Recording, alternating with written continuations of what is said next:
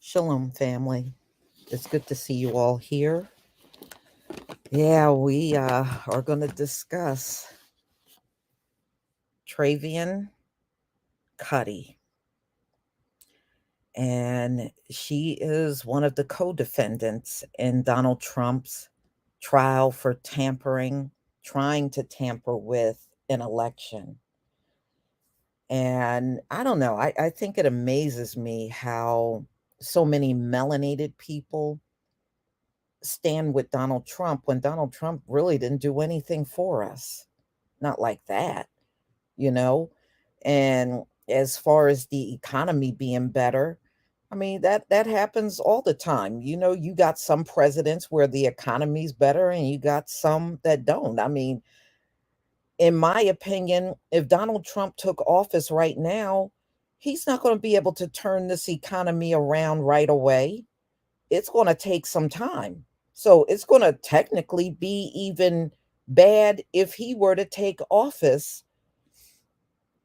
You know, all this high inflation and everything, it's not going to go away right away. I mean, it will, you know, if he's real good with economics, but that's very questionable because his own personal finances in a shamble.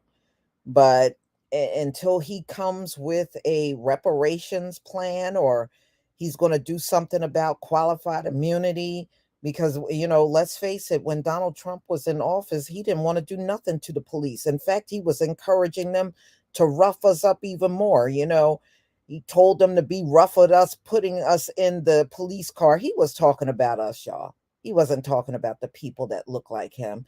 He was talking about us. And you know, so he was very much in favor of the police. That's why he would stand there talking about law and order. See, law and order for us, not for anyone else. Just law and order for, that's what, you know, whenever you hear them say law and order, they mean for us. And being that these folks are so corrupt, and as far as their morals are concerned, they are deeply bankrupt. They don't have the ability to police anybody with a moral compass. It's just not in them to do that. And so it starts from the bottom on up. The whole system is corrupt. Now, let's talk about her. Trevian Kutti. She may be going back to jail along with the black guy that couldn't get himself out of jail, because these two are still trying to intimidate witnesses. She's doing it through Instagram. You know, you would think you're out of jail, you were able to work out a deal. Well, Fannie Willis, because of what she's doing out on Instagram, is trying to put her butt in jail, and she just may go. You know, you can't even say, okay, there's no evidence of it. You're posting it out on Instagram, which means there's plenty of evidence of it. So let's get into this story. Not the brightest star in the sky, that's for sure. So, Trump RICO defendant Trevian Kutti faces jail time over intimidating IG post. So, former celebrity publicist and Donald Trump RICO co defendant Trevian Kutti could be looking at jail time over an Instagram live video where she seemingly referenced Ruby Freeman. That was the one she was showing up at the woman's house and trying to intimidate her. She's a former Georgia election worker who was falsely accused of election fraud by Donald Trump and fellow allies. So, according to the recent report, Cuddy was online sprouting conspiracy theories alleging there is a woman who knows her life is going to be messed up. There's a woman sitting somewhere who knows this whole thing is a lie, who knows I never did anything to her, Cuddy said. Now she's on a live saying this. Wow, she is really stupid. Who knows she begged me for help. There's a woman sitting somewhere who knows that I'm going to F her whole life up when this is done. So you're saying after the court trial is over, you're going to F her up? Wow. I don't even feel bad if they put this woman back in jail. So Cuddy is the former publicist for rapper Kanye West. Hasn't been tight-lipped. She hasn't been tight-lipped at all about the pending RICO indictment against her, as her fellow co-defendants Scott Hall, Keith Chesborough, Sidney Powell, and Jenna Ellis, who all have pled guilty as part of a growing number of plea deals. While Cuddy didn't mention Freeman's by name during the video, certain details suggest that that is exactly who she's talking about, because that really that's the only one she has interacted with. So legal experts had noted that in referring to the case, Cuddy may have broken her bond agreement. Exactly. Okay. When you're out on bond, you can't intimidate witnesses. You can't even have any encounters with them. You can't show up at their door or try to go to locations that you know they're in. You can't do none of that stuff. You got to completely leave that person alone. And she's trying to play around out here, and she's going to end up in a cell. So she broke the bond agreement, which includes promising not to comment on, the case publicly. All right, or threaten any witnesses. That's part of the bond agreement. So she's already broke it. Her attorney, Steve Greenberg, claims his client did nothing wrong.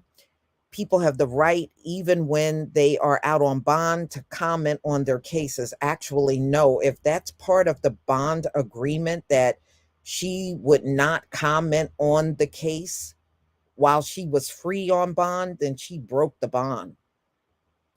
So her attorney goes on and says she didn't threaten anybody. She said that she didn't do anything wrong, which is a fact, Greenberg said. Her case wasn't the only one talked about during the live episode. She continued to push rhetoric surrounding the assault of Nancy Pelosi's husband. Wow, she sure got a big mouth. Cuddy claims Vice President Kamala Harris has incriminating evidence that puts the former House Speaker at the scene of the crime, and also believes Pelosi will have Harris killed. This is what she's saying on a live.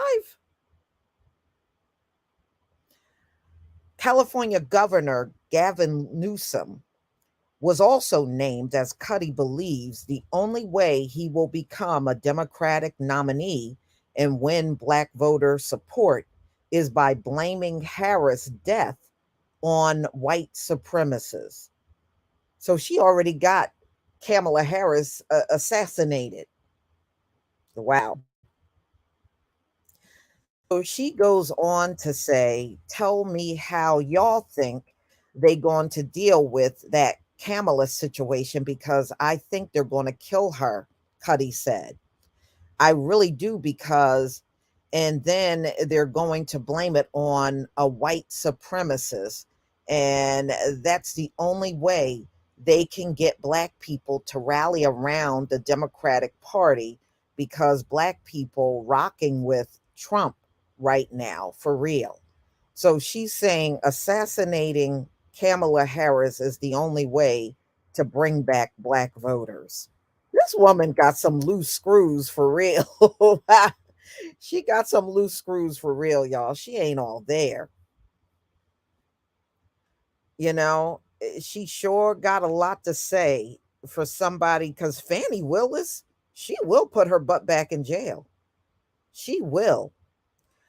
She almost got that other black guy, Black Voices for Trump. He's doing the same thing. He when he got out, he started intimidating witnesses too. But the judge said that she had to change the term of some language in the bond in order to put him back in jail. And I think they're in the process of doing that, to be honest with you. I think they are. But she's on a live stream talking like this. She has pure man, she lost her mind. She has lost her mind for real. Mhm. Yeah, well, you can tell her she ain't all there. Just look at this mugshot. That should say it all right there.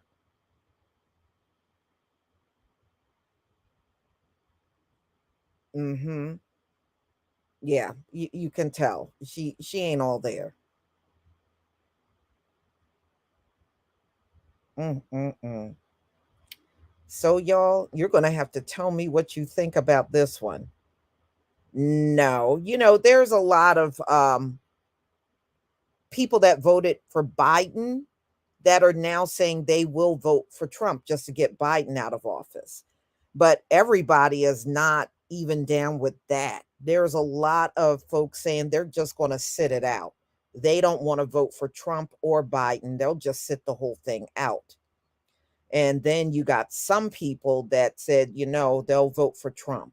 So it's sort of a mixed bag out here. It's not like, people are 100% committed to voting for somebody. The election is still, you know, well, what, 11 months away? Yeah, so there's plenty of time. Yeah, Christopher Clipper, yes, you can also do a third party vote or a lot of people are saying they're going to just sit this one out.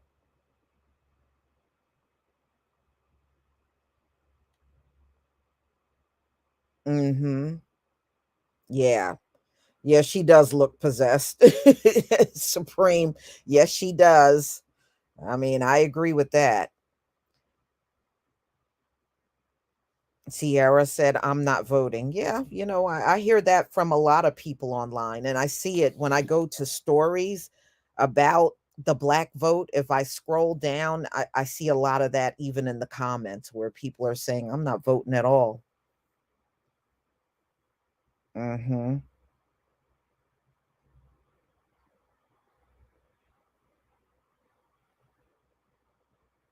Antoine, you said the same thing. You're not voting. Yeah, a lot of people are saying that.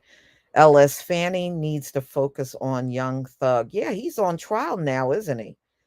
I just kind of saw a glimpse of it. He's on trial. But no, I mean, there's a lot of these witnesses. I'm not witnesses, but defendants. They are now just going ahead and plead guilty, which means they're going to be turning on Trump. They're going to turn on him big time.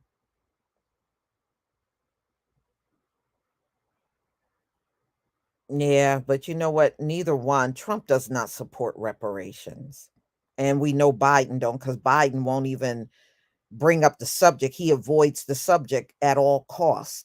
So neither one of them, in my opinion, are for reparations. I mean, if you want to give your vote to Trump, just understand he's not even going to, entertain the thought of giving you reparations. And I remember what he said when it came up, when he was still the sitting president. He said he don't see it happening. That's what Donald Trump said. He says reparations, I don't see that happening. So, you can vote for him, but just know he is not going to do anything as far as reparations are concerned, because he already said he wasn't.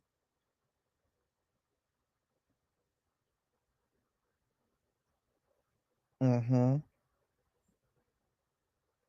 Yeah, well, you know what? As far as I'm concerned, every election, none of these people running are any damn good. They're not any good on either side. And and when do they come into office with our best interests at heart? They never do. They'll just cozy up to you to get the vote. And then once they're in office, they just ignore us and won't do nothing for us. That's generally the protocol for both the Republicans and Democrats. They both do it. That's why I feel neither one are worthy of our vote. Neither one. They haven't shown that they are. So, y'all, I'm going to go ahead and conclude. Thank you for being here. And we'll definitely do this again. If you come back at 12:30, I'm going to be doing Daryl George. He's the teenager that keeps getting suspended over his locks. So if you can come back at 12:30, I will see you then. Shalom, family.